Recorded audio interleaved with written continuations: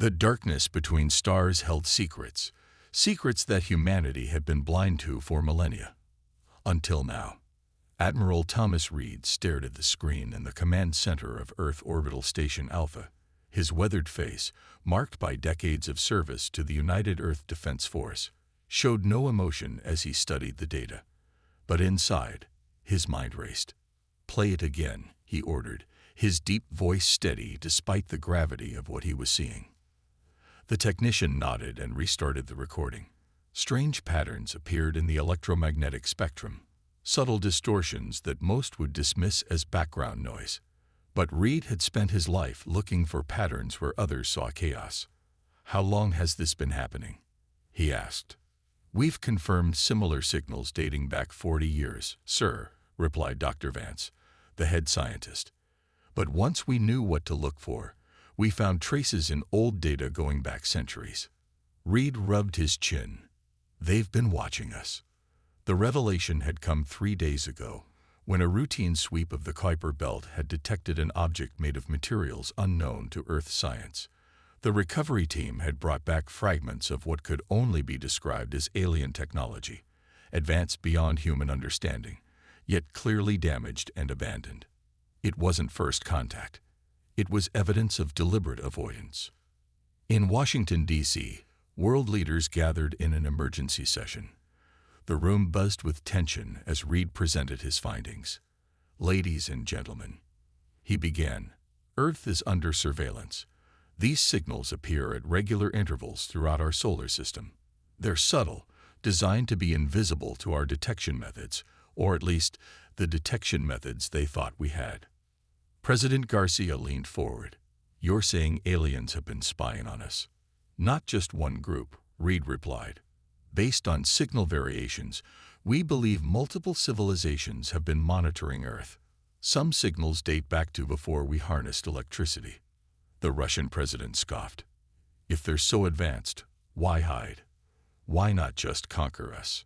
Dr. Eliza Morgan, the lead xenoanthropologist, stepped forward. "That's what makes this discovery so unsettling. They're treating Earth like a wildlife preserve, or a prison." Screens around the room displayed images of the recovered technology, strange metals that changed properties under different lighting conditions, circuitry that seemed to function without power sources. "The debris we found shows damage consistent with weapons fire," Reed continued. "Someone shot down someone else in our backyard, and neither of them thought we were worth telling." The Chinese premier's expression darkened. "So we are considered too primitive to acknowledge, or too dangerous," Morgan suggested. "The positioning of these monitoring stations suggests they're keeping us contained, not just observed." President Garcia stood up. "How do we respond to this? We can't just pretend we don't know." Reed straightened his uniform. "I believe we're at a crossroads in human history. For all our differences, we've united under the Earth Defense Force. We've pushed into our solar system. We've developed technologies that are approaching what we see in these alien fragments." He paused, looking at each leader in turn. "They've been watching us grow up. Now it's time to let them know the children are aware of the adults in the room, and we're not going to be ignored anymore." The Japanese Prime Minister nodded slowly. "What do you suggest, Admiral?" Reed pressed a button, and a new image appeared on the main screen, a detailed plan labeled Operation Lighthouse. "We shine a light into the darkness," he said firmly. "We let them know we see them, and we make it clear that humanity is ready for whatever comes next." As the room fell silent, the weight of the moment settled on everyone present. Humanity had always looked to the stars with wonder. Now they knew the stars had been looking back, and the watchers were about to become the watched. The ancient stone tablet sat on Dr. Eliza Morgan's desk, its surface covered in markings that had puzzled archaeologists for decades. What once had been dismissed as primitive artwork now revealed a terrible truth. "It's a warning," Morgan explained to Admiral Reed as he stood in her cramped office at the Global Historical Institute. "These aren't religious symbols. They're a record of visitation." Reed leaned closer. "You're sure about this?" Morgan nodded, her eyes bright with the thrill of discovery despite having barely slept in days. After comparing it with the alien debris patterns, there's no doubt.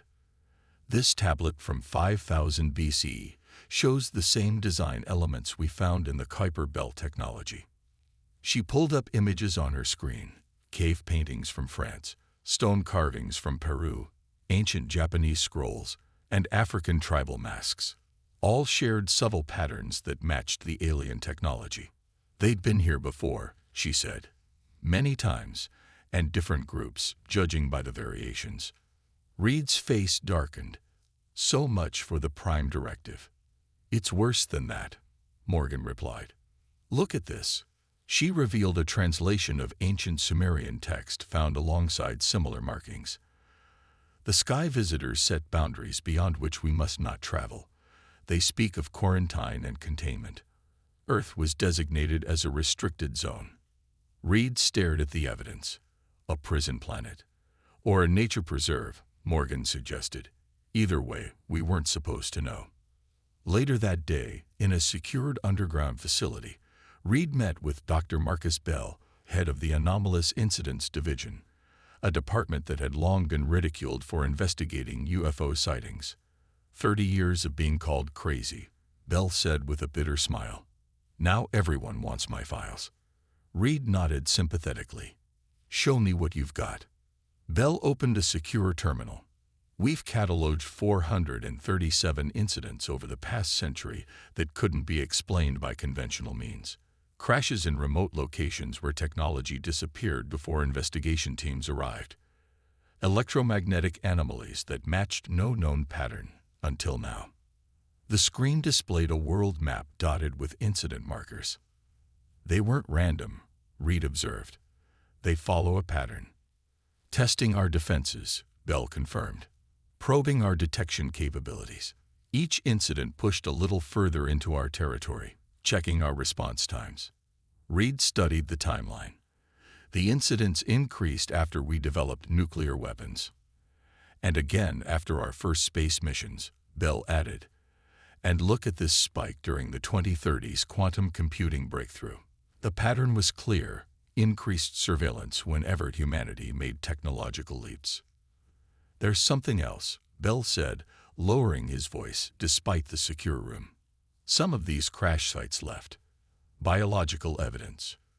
Reed's eyebrows rose. You've recovered alien remains. Fragments.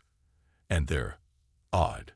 The DNA, if you can call it that, shows signs of artificial engineering. Some appear to be biomechanical constructs rather than natural organisms. Drones, Reed guessed, remote-controlled biological scouts. Bell nodded. That's our theory. But here's what's interesting.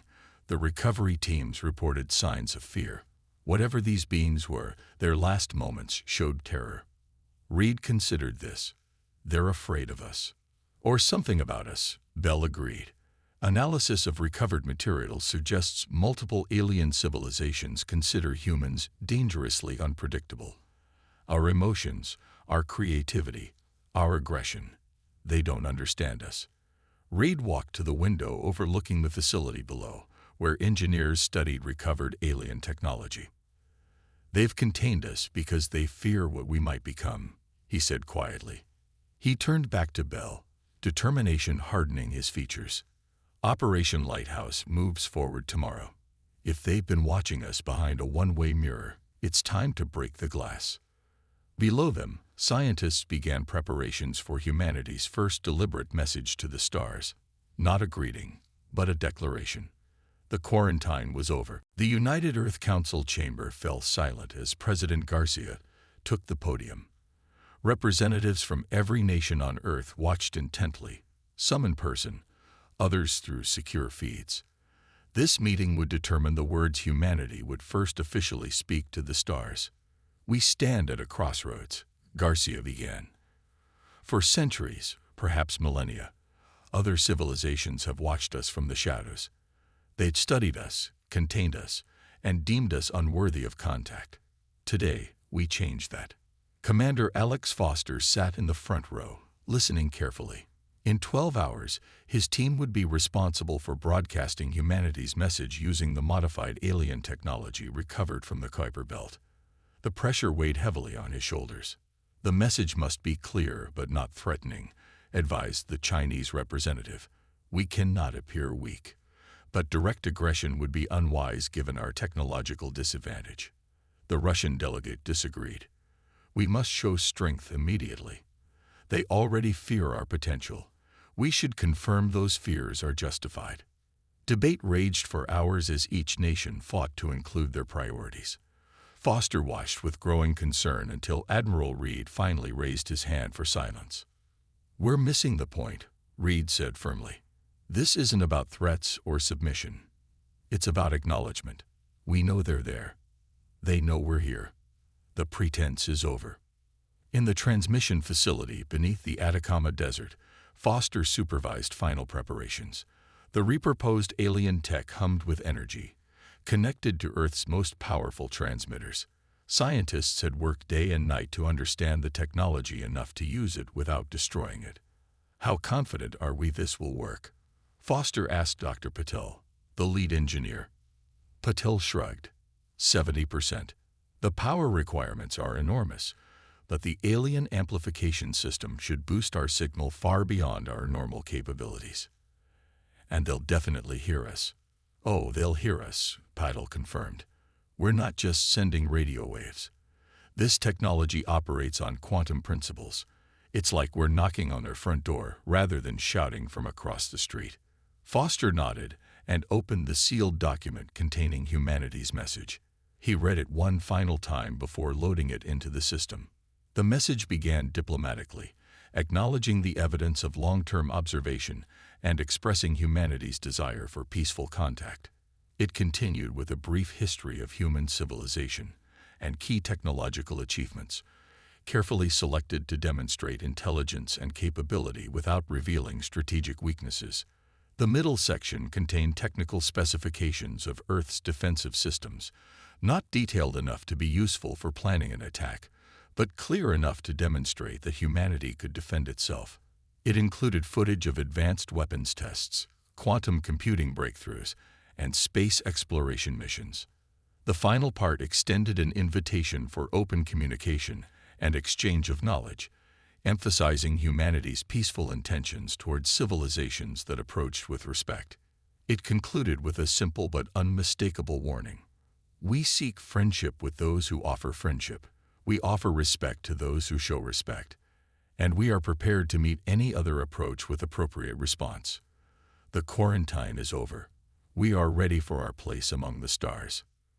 "Transmission commencing in 10 seconds, announced the technician. Foster took a deep breath as the countdown continued. The air in the facility seemed to grow heavier with each passing moment. 3, 2, 1.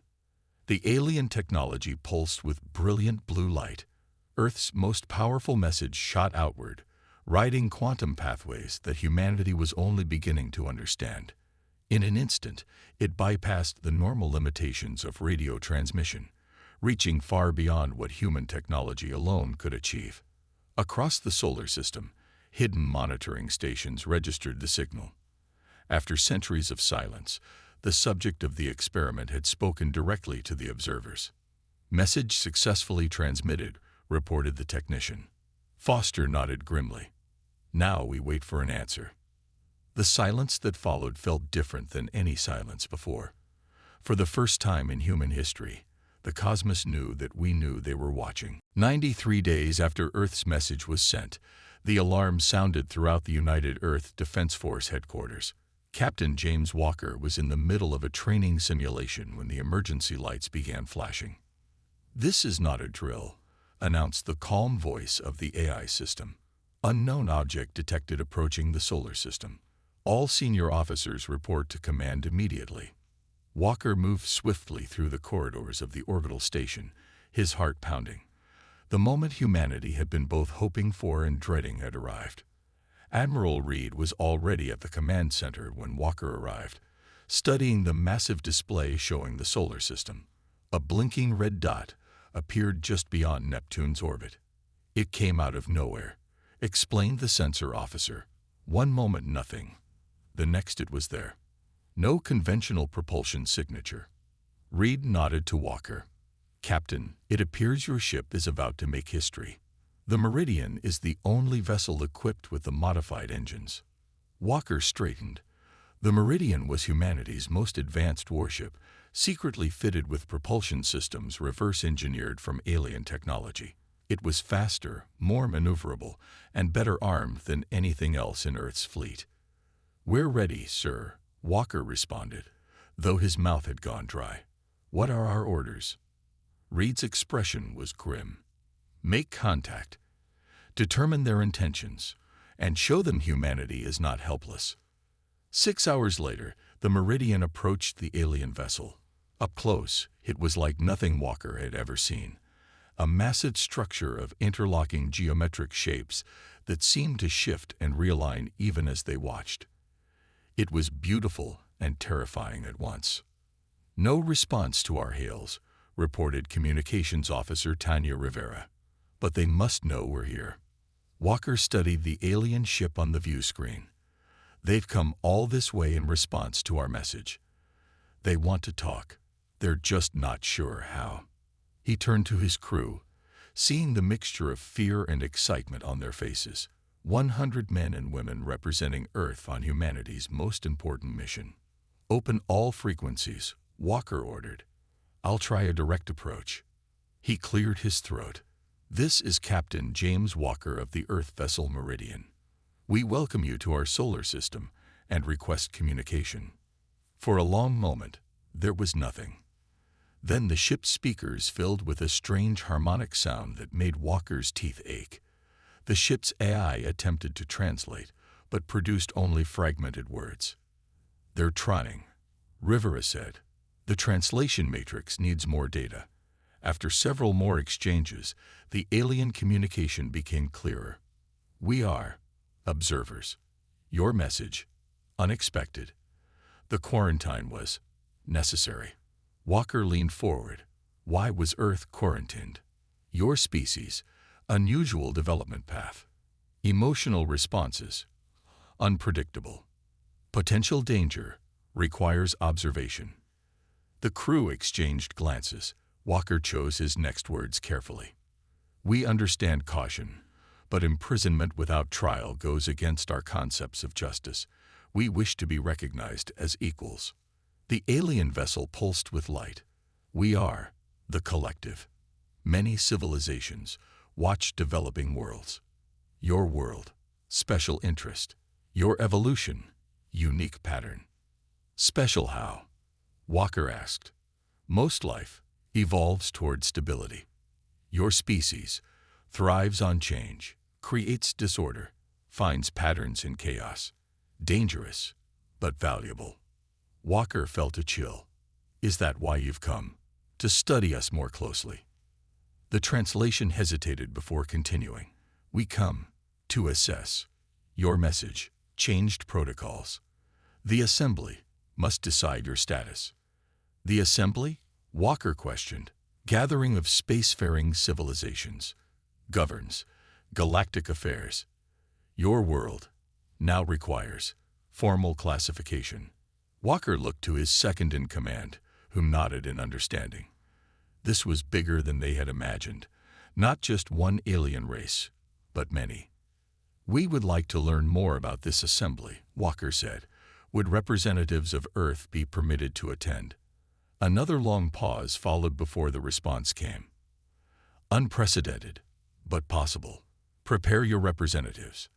The collective will transport 15 planetary rotations." As the communication ended, Walker looked at his crew. In 2 weeks, humanity would step onto the galactic stage. "Send word to Earth," he ordered. "Tell them we're going to need diplomats." The silence that followed was heavy with the weight of history being made. Ambassador Diana Wilson had never imagined she would represent Earth to alien civilizations. Just 3 months ago, she'd been negotiating trade agreements between nations. Now she stood aboard the collective vessel as it traveled through space in ways human science couldn't explain. "We're approaching the assembly station," announced Captain Walker, who had insisted on commanding the security detail for Earth's first diplomatic mission. Wilson nodded, smoothing her formal uniform. Earth's delegation consisted of just 7 people, herself, 2 scientists, 2 military officers including Walker, and 2 cultural specialists. They were about to meet representatives from dozens, perhaps hundreds of alien civilizations. "Remember," she told her team, "we're here to listen and observe first. We need to understand the political landscape before making any commitments." The ship slowed, and through the viewport, Wilson saw their destination. The assembly station resembled a massive floating city, a sprawling structure of interconnected rings and spheres that glittered against the blackness of space. Ships of various designs docked at different points, some organic-looking, others geometric, all clearly alien. "By the stars," whispered Dr. Grant, one of the scientists. "It's magnificent." Their collective guide, a tall being with silvery skin who had introduced itself as observer, approached. "The assembly awaits. You are the first non-member species invited in 300 cycles." The assembly chamber was a vast amphitheater filled with beings of incredible diversity. Some floated in containment fields, others stood on multiple limbs, while some appeared almost human except for subtle differences. All eyes, sensory organs, or whatever they used to perceive turned toward the Earth delegation as they entered. A central platform held what appeared to be the leadership, 7 different alien beings arranged in a semicircle. The one in the center, a tall entity with iridescent scales and multiple eyes, spoke first. "Earth representatives, you stand before the Galactic Assembly, governing body of 27 spacefaring civilizations. Your presence here is unprecedented. Quarantined worlds do not normally address the Assembly." Wilson stepped forward, chin raised. "We thank the Assembly for this opportunity. Earth seeks understanding and recognition as a sovereign world." Murmurs spread through the chamber. Some sounded alarmed, others curious. Wilson realized the translation devices allowed them to hear all conversations simultaneously. Dangerous to bring them here. Fascinating adaptation patterns. Resources in their system would be valuable. Genetic diversity unlike anything we've seen. The central figure raised a limb for silence. "You will present your case. Then the Assembly will deliberate on Earth's classification." For the next hour, Wilson and her team explained human history, carefully avoiding emphasis on warfare while highlighting scientific achievements, art, philosophy, and humanity's rapid technological growth. They showed images of Earth's diverse ecosystems and cultures. When they finished, representatives from various civilizations questioned them. Some were clearly hostile, others fascinated. One floating gas-filled entity asked about human emotions, seeming particularly interested in concepts of love and loyalty. During a recess, Walker pulled Wilson aside. "Something's wrong," he whispered. "I've been watching their reactions. There's a faction that seems alarmed by our presence. They keep communicating privately." Wilson nodded. "I noticed. The blue crystalline beings and their allies. They've been asking pointed questions about our military capabilities." Dr. Grant joined them, eyes wide. "I've been analyzing the station's energy readings. There was a secured transmission sent right after our presentation, directed toward a location far from here." Wilson frowned. "Keep watching them. I need to know who our friends and enemies are before we proceed." When the session resumed, a new speaker took the floor, a blue crystalline being whose voice resonated with harmonic overtones. "The humans represent an evolutionary anomaly. Their rapid development from primitive to space-capable in mere millennia is unprecedented. Their biology shows adaptation capabilities that suggest dangerous potential." The beam projected images of human warfare, disasters, and conflict. "We propose immediate containment protocols. Earth should remain quarantined until proper assessment of the threat they pose." Wilson felt cold dread settle in her stomach. This wasn't just politics. It was an existential threat to humanity's future. Some in the Assembly wanted Earth permanently isolated, or worse. As she prepared to respond, she caught Walker's eye. His hand rested near his communication device. the signal they had agreed upon if emergency measures were needed. Wilson squared her shoulders. Plan B was now in effect. Admiral Reed stood alone in the command center of Earth Defense Station Alpha, watching the giant screen that showed the position of every military vessel in the solar system. The emergency signal had come through just minutes earlier, a simple code phrase from Captain Walker. Sunrise Protocol. Initiate Phase 1, Reed ordered. Throughout Earth's solar system, hidden installations powered up. Satellites that had appeared dormant for years suddenly activated, revealing weapons systems far beyond what Earth had publicly acknowledged. The Mariana Deep Base, buried beneath the ocean floor, launched specially modified drones into orbit. Reed's plan had been in place since the first alien technology was recovered. While politicians debated and diplomats prepared, military engineers had worked in secret reverse engineering and adapting alien technology. All systems online, Admiral reported his second-in-command. The demonstration package is ready for deployment. Reed nodded grimly. Transmit targeting coordinates to the Jupiter station. At the assembly, Wilson stood calmly as the blue crystalline beings finished their proposal to permanently quarantine Earth. Before the assembly votes, she said, her voice steady, Earth would like to offer a demonstration of our capabilities. With your permission, we will show rather than tell. The assembly leaders conferred briefly before the central figure nodded. Proceed. Wilson nodded to Walker, who sent a simple confirmation code back to Earth. Then she addressed the assembly once more.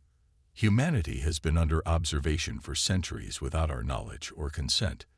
During this time, we recovered pieces of your technology from various incidents in our solar system. Murmurs spread through the chamber. Many representatives shifted uncomfortably. We studied these technologies, Wilson continued, and we learned. A large view screen activated in the chamber, showing a distant, uninhabited moon orbiting a gas giant in a nearby star system.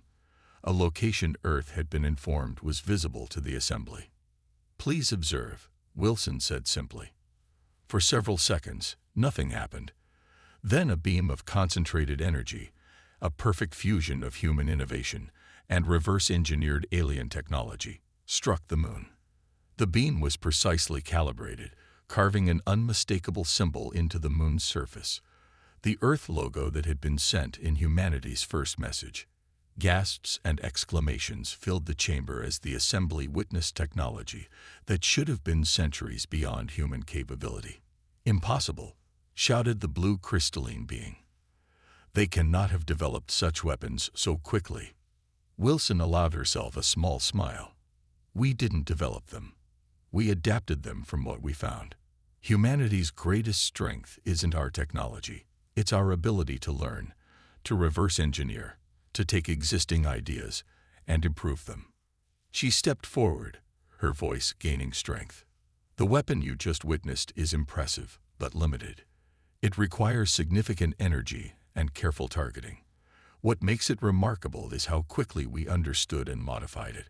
Walker stood beside her, adding, if given access to your knowledge peacefully, imagine what humanity might contribute to the assembly. We seek cooperation, not conflict. The demonstration had its intended effect. The assembly representatives whispered among themselves, reassessing the humans before them. Wilson delivered the final part of her message, humanity's warning. Earth desires peaceful relations with all civilizations. We wish to join the galactic community as equals. But make no mistake, any attempt to contain us, harm us, or interfere with our development will be met with the full measure of human ingenuity and determination. She paused, letting her words sink in. We reversed engineered your technology from scraps. Consider what we might accomplish if threatened directly. Earth extends friendship to those who offer the same. To those with other intentions, we offer this warning. We are ready and waiting. The assembly chamber fell silent. The central figure's multiple eyes blinked in sequence before it spoke. The assembly recognizes Earth's demonstration. We will now vote on Earth's status. As the voting began, Wilson exchanged glances with Walker. They had shown humanity's capability without revealing its full extent, a perfect balance of diplomacy and deterrence. The message was clear. Humanity would no longer be observed from the shadows. They had earned their place among the stars, whether the Assembly approved or not. 1 year after Earth's dramatic demonstration at the Assembly, the view from Diana Wilson's new office showed a changed world. Through her window, the sleek shape of an alien trading vessel glided into Earth's orbit, its hull shimmering with colors no human eye had seen before first contact. Wilson reviewed the treaty document on her desk, the final ratification of the Sol Systems Sovereignty Agreement. After intense negotiations, the Assembly had voted 19-8 to recognize Earth as a sovereign power with rights to its entire solar system. "Ambassador," her assistant called through the intercom. "Admiral Reed has arrived." Reed entered, his uniform now bearing the insignia of the new Interstellar Defense Command. The past year had aged him, but his eyes still held the same determination that had prepared Earth for this moment. "Congratulations," he said, nodding toward the treaty. "Not many believed we'd get here." Wilson smiled. "We almost didn't. The blue crystals, the luminary, as we now know them, nearly convinced enough members to keep us quarantined." "Good thing we had a backup plan," Reed replied, a rare smile crossing his face. Their demonstration had changed everything. What began as a show of force had evolved into something more powerful, proof that humans could understand and adapt alien technology in ways that surprised even its creators. "The trade delegations arrive tomorrow," Wilson said. 5 different species wanting to establish official relations. Reed nodded. "And 3 military alliances seeking defensive partnerships. The Arcadians were particularly impressed by our weapons systems. They've offered exchange programs for our officers." Wilson stood and walked to the window. Below, in what had once been neutral territory in the Pacific Ocean, the newly constructed Interstellar Exchange Center gleamed in the sunlight. Alien and human scientists worked side by side, sharing knowledge under careful protocols. "It's strange," she said quietly. "They watched us for centuries, thinking us primitive or dangerous. Now some see us as valuable allies. Others still fear us," Reed reminded her. "The Luminary and their allies have increased patrols near our system's edge. They're watching more openly now." Wilson turned back to him. "Let them watch. We're watching too." In Earth's orbit, Captain Walker guided a group of alien dignitaries through the meridian, now retrofitted with technology gained through exchange programs. The ship had become a symbol of humanity's rapid adaptation. "This propulsion system," explained a tall, feathered being known as Ambassador Telek, "appears to be based on Vreeland design principles, but you've modified the energy distribution." Walker nodded. "We found the original design efficient, but too rigid. Our engineers added adaptive matrices that respond to space-time fluctuations." Telek's feathers rippled with what Walker had learned was admiration. "Fascinating. No other species has successfully modified Vreeland technology. They guard their secrets carefully. Humans are good at solving puzzles," Walker replied simply. Later, as the tour ended, Telek spoke privately to Walker. "You should know, some in the Assembly still debate whether releasing humans into the wider galaxy was wise. Your species adapts technologies in unexpected ways." Walker's expression remained neutral. "Is that a concern or a compliment?" "Both," the alien admitted. "In 8 million cycles, we've never encountered a species that combines your level of emotional complexity with your technical creativity. You build connections between systems that should not, logically, connect. That's our strength," Walker said. "We see patterns others miss." As night fell over Earth, lights from alien embassies dotted major cities. Children played with educational toys that taught both Earth languages and common alien communication systems. Universities offered courses in extraterrestrial biology and physics. In homes across the planet, families watched news reports about the first human settlements on Mars receiving alien delegations. Trade ships brought exotic materials and returned with Earth art, music, and literature, surprisingly valuable commodities in galactic markets. Earth had found its place, respected, somewhat feared, but no longer hidden. The quarantine had become an exchange. The warning had become an invitation. And somewhere in the vast darkness between stars, other civilizations received updated reports about Earth. The warnings remained, but with new annotations. Approach with respect. Offers much in exchange for the same. Responds decisively to threats. Humanity's final warning had become its first true greeting to the stars.